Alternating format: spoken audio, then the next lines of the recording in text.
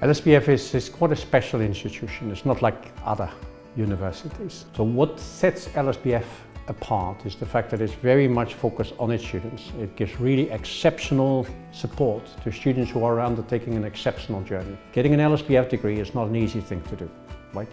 People should know that. Wow, I sign up to something which is not going to be just like go to class, listen to the professor, pass my exams, that's done. It is very much a test, but the good news is it's a test where LSBF helps you along that journey step by step.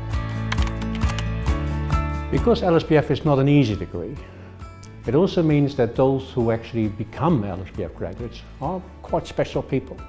That's recognized by employers, it's recognized also by the students themselves, right?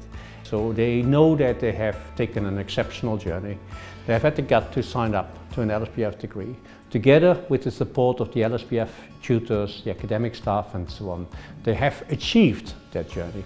That gives them a lot of confidence. Whilst they've taken that degree, they not only learned a lot about their business, the area they're interested in, they also learn a lot about themselves. LSBF has always been at the forefront of change in innovation. It prides itself. It doesn't want to be an institution like every other institution. It is a little bit disruptive, but in a positive sense. So we will remain always at the cutting edge of changes in education. But there are more and more LSBF graduates all over the world. And saying I'm an LSBF graduate actually to someone else who is an LSBF graduate opens that door. You have that network readily available, so play to that network. What I think is important is when you get up in the morning and you look in the mirror, you're actually pleased what you see about what I'm doing.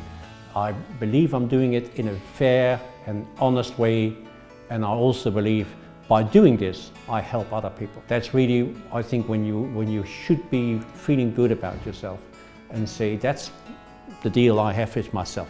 This is what I want to be.